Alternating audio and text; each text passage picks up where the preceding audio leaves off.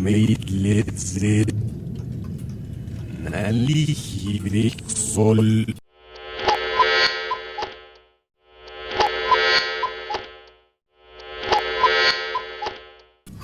Los que vigilan desde el tiempo. Navega con nosotros en los abismos insondables del cosmos.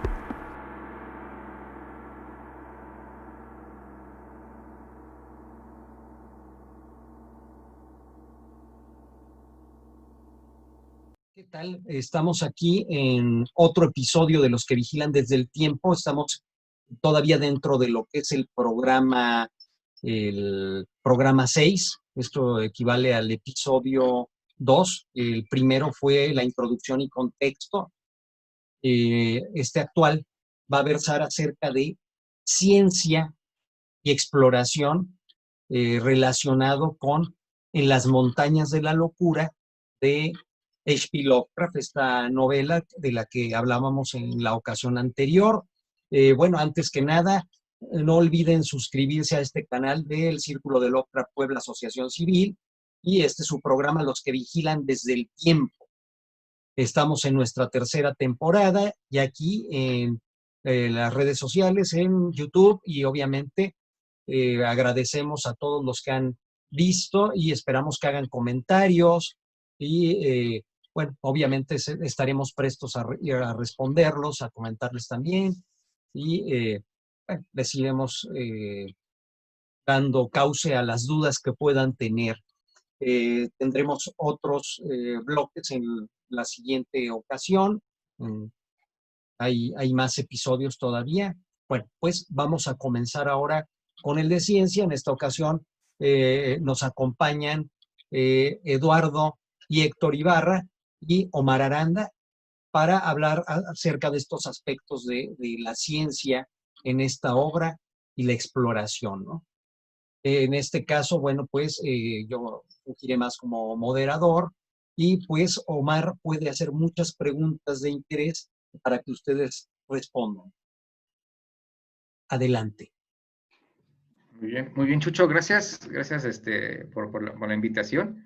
Y pues sí, es un tema muy extenso, lo que abarca particularmente esto de las montañas de la locura, el relato, y también en lo que refiere a muchos aspectos, tanto científicos como técnicos, ¿no? Recordemos que Lovecraft era, en sus inicios, también un hombre interesado en muchos aspectos científicos, ¿no? Él quiso ser astrónomo y buscó la forma también de estudiar ciencias y informarse continuamente de todos esos aspectos que involucraban la ciencia y la investigación de manera autodidacta. Y aquí, particularmente con esto de las montañas de la locura, hay que recalcar también la época, ¿no? Los años 30, en donde ya era un periodo de boga entre los grandes descubrimientos científicos y también los resultados de grandes exploraciones que se estaban llevando a cabo, no solo en el planeta, en el mundo, sino también en el espacio, ¿no? Descubrimientos de nuevos planetas, cuerpos celestes fuera del sistema solar, ¿no? La definición que se vino después de lo que serían las galaxias, porque antes de los años 20 no estaba bien claro ese concepto, ¿no? De que existiera galaxias, ¿no? Entonces, fue un periodo de grandes cambios. Y hablando particularmente de las exploraciones hacia la Antártida, ha sido también un tema de gran interés académico y también cultural, ¿no? Porque ha impactado mucho en la cultura popular, en la literatura y en el saber, ¿no? Desde muchos años atrás, ¿no? Mucho antes todavía de lo que se pudiera saber de lo que es la era moderna, ¿no? Ya los filósofos griegos ya habían hecho modelos de cómo era la Tierra, ¿no? O sea, el modelo esférico de la Tierra, y ya se asumía la existencia de polos, ¿no? Del que el efecto de la rotación de la Tierra, pues debería tener, al ser un sistema esférico, debería tener un eje, y ese eje pues, le llamaban los polos, ¿no? No se sabía qué había allí o qué pudiera existir allí. En aquel entonces pues, solamente era una suposición, ¿no? Para el modelo, y esto es ya hace muchos siglos, ¿no? Y ya después, durante la Edad Media, la Edad Moderna y todo, la época de las grandes exploraciones, los cartógrafos llamaban a las regiones de tierra en los polos, le ponían así hipotéticamente terra incógnita, ¿no? O sea, la zona desconocida. Terra australis incógnita. Terra australis, terra incógnita, ¿no? Ajá, para referirse a los polos, ¿no? Sí, pero también hay que... Ajá. Es así. Cuando las exploraciones de Magallanes, cuando ya empezaron a haber rutas más hacia el sur, o ya más recientemente exploraciones del Imperio Británico a mediados del siglo XIX para encontrar rutas en la zona norte, ¿no? Y ahí recordemos de una experiencia, de una anécdota, ¿no? Que lo que ocurrió, ¿no? La pérdida de dos barcos importantes del Imperio Británico, el Erebus y el Terror, a mediados del siglo XIX, que no se supo de ellos sino hasta tiempos recientes, ¿no? ¿Qué pasó con esas naves que se perdieron en el Polo Norte? Que curiosamente fueron las mismas naves que exploraron una región de la Antártida, unas costas de la Antártida, y que fue gracias a esas naves que se le pusieron nombre a las zonas unas zonas famosas de ahí, que es el Monte Terror y el Monte Erebus, ¿no? Esos son unos volcanes que se encuentran en esa zona. Y por ahí, por esa zona cercana, fue años después donde los norteamericanos pusieron una base de investigación, y ya después la Unión Soviética puso una estación de investigación científica más al centro de la Antártida. Los noruegos también pusieron una, los brasileños, bueno, todos menos México han puesto ahí. Sí, claro. Está el Tratado Antártico. Ajá, el Tratado Antártico.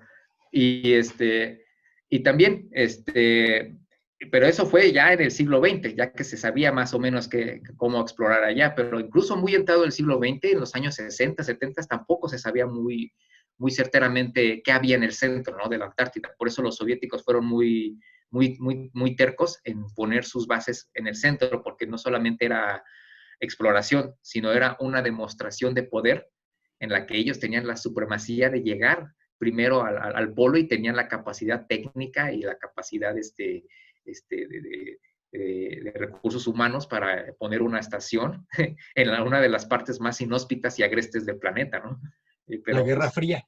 La Guerra Fría, cuestión propagandística. Ahí es donde está la estación Vostok, sobre el lago Vostok, en una de las regiones más complicadas e inaccesibles del mundo. Y así. Y bueno, eso es respecto a lo de las exploraciones. Y a mediados de los años 30, pues sí estaba en boga las exploraciones en las regiones de la costa antártica, ¿no? Ya porque había gran interés de los científicos, porque se podían hacer observaciones directas del cielo, de la ionosfera, el estudio de las plataformas de la deriva continental, que en aquel entonces todavía era una teoría. Creo que todavía no empezaba bien, o no se inventaba bien la teoría de la deriva continental, ¿no? La deriva y que no fue hasta los años 50 que se aceptó formalmente. Se postuló en el 16, bueno, en la década de los 10. Ajá. Y ahí ya se postuló ya oficialmente como la conocemos, o bueno, se maduró hasta como la conocemos en estos días, en la década de los 60. Ajá. Sí, pero tardó mucho, ¿no? Todavía en verse. Y también hay un aspecto que me llamó la atención en el relato de Lovecraft, que habla sobre que estas criaturas, los grandes, los antiguos. Ajá. Los antiguos, primordiales, primigenios. Los primordiales, llegaron al planeta cuando todavía era una roca muerta. Entonces, era un planeta joven en términos geológicos, ¿no? tenía unos cuantos cientos de millones de años, ¿no? Pues recordemos que el planeta tiene 4.500 millones de años de antigüedad, ¿no? Ya, y durante los años 30, los años 20, 30, se estableció ya de forma más precisa la edad de la Tierra, porque a finales del 19 ya habían hecho cálculos de qué edad tenía el planeta, y algunos llegaron a unos cuantos cientos de millones o tantos millones de años, pero no cuadraba con las predicciones o los modelos termodinámicos de la edad del Sol o cosas así. Entonces, suponían que la Tierra debería tener más tiempo, ¿no? De antigüedad, y a través de los estudios geológicos sí llegaron a la conclusión de que tiene 4.500 millones de años. O sea, hagan de cuenta cuánto es esto en escala de tiempo, ¿no? Y estas entidades, estos seres, llegaron cuando el planeta tenía apenas unos cuantos cientos de millones de años de haberse formado, ¿no? O sea, todavía era un planeta caliente, era una roca caliente, era un sistema todavía bastante agreste la estructura geológica. No había formas de vida y era lo que se le llamaba, incluso lo menciona en el relato, ¿no? Que era era un mar intenso, un hervidero de agua, ¿no? Intenso. Y recordemos que esto cuadra, o sea, perfectamente con las hipótesis de la formación de la vida que se dieron a conocer en esa época, ¿no? La publicación del libro de Oparin, de Alexander Oparin, del origen de la vida, fue en el 24-25, ¿no? 1924-1925, en la que ya habla de un caldo primigenio, ¿no? De vida. Y ya después, posteriormente, se hicieron los experimentos de la obtención de aminoácidos en un ambiente, en un laboratorio, que reproducían cómo era el clima primitivo de la Tierra, ¿no? A través de relámpagos, vapores, y una gran cantidad de variables que según reproducían cómo era el ambiente de aquellos tiempos. Entonces, estas entidades extraterrestres aprovecharon la estructura de la Tierra, de que era un caldo perfecto para poder reproducir, y ellos crearon la vida directa e indirectamente, porque a la hora de producir su ciudad, construir la ciudad y crear estos organismos, los Shoggoths, también crearon otras formas de vida que solitos se soltaron en el mar y comenzaron a formar otras. Por evolución, por paso propio, dieron paso a a todas las formas de vida que existen ahorita, ¿no? En el planeta. Y lo más interesante que, bueno, a mí en lo particular que me llamó la atención de relato es la manera en que describen a estas entidades, ¿no? Voy a poner una imagen, si se puede, más detallada de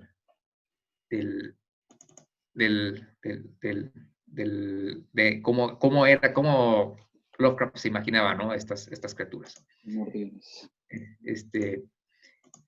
Y podemos ver, no sé si la pueden ver. Sí. Sí, esta es la que tengo de fondo de pantalla, y es lo que mencionaba. En el relato, pues, lo describe como una especie de entidades que los científicos no pueden distinguir si son seres orgánicos, si seres hechos de carne y hueso, o vegetales, ¿no? Porque comparten similitudes, ¿no? Entre estas dos ramas. Están como a caballo. Ajá. Entre uno y otro. Aquí vemos la estructura de la cabeza de 5 puntas que ostentaban los ojos o unos apéndices para poder ver, las alas, las membranosas alas que luego menciona, y los tentáculos y estas otras apéndices que se usan para desplazarse. Y es muy curiosa esta descripción porque muchos otros autores de ciencia ficción han tratado de describir cómo son seres extraterrestres y han fallado en ello porque lo único que reproducen son quimeras humanas, quimeras de formas de vida que nosotros ya entendemos o conocemos, cuando en realidad sería algo total y completamente distinto, ¿no? No tenemos idea de cómo evolucionó la vida fuera de este planeta y en qué condiciones, y eso haría que se desarrollara de una forma totalmente distinta a cualquier idea que tengamos. Entonces, lo que Lovecraft trató de plasmar ahí es algo, precisamente eso, ¿no? ¿Cómo sería algo totalmente diferente a con lo que cualquiera pueda imaginarse? Pues se soltó, hizo un completo ejercicio de imaginación para tratar de construir esta estructura. de hacer varias descripciones de su funcionalidad y sobre todo dotarlas de lo que sería una inteligencia, ¿no? O sea, son seres, son entidades biológicas inteligentes, capaces de construir una gran civilización, de manipular genéticamente otras formas de vida. Aunque no lo menciona así en el relato, pero sí, porque en esa época no existía el concepto de ingeniería genética, pero sí de la eugenesia. Y la eugenesia era a través de mezclas, selección de patrones y selección de cualidades de las especies, generar una especie mejor, ¿no? Algo así, pero mucho más avanzado, sería lo que estas criaturas hicieron para crear a los Shoggoths, ¿no?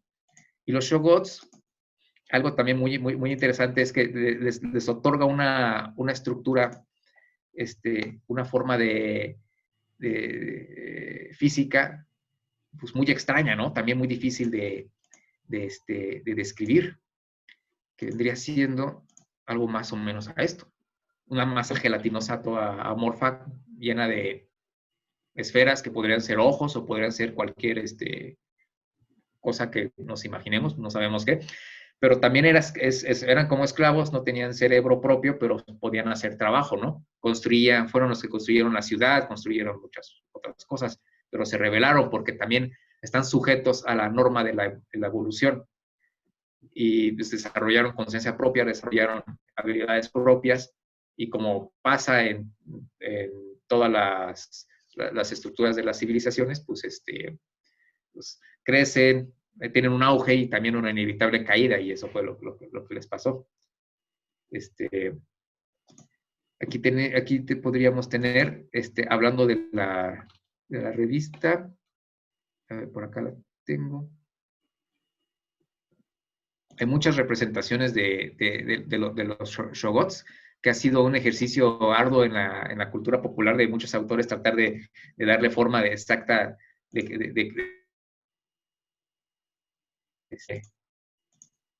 aquí está, una de Sí. varios autores, varios dibujantes, pues que también según tenían cualidades de imitación, ¿no? Imitaban formas de otros organismos vivientes y asimilaban. Podían copiarlos.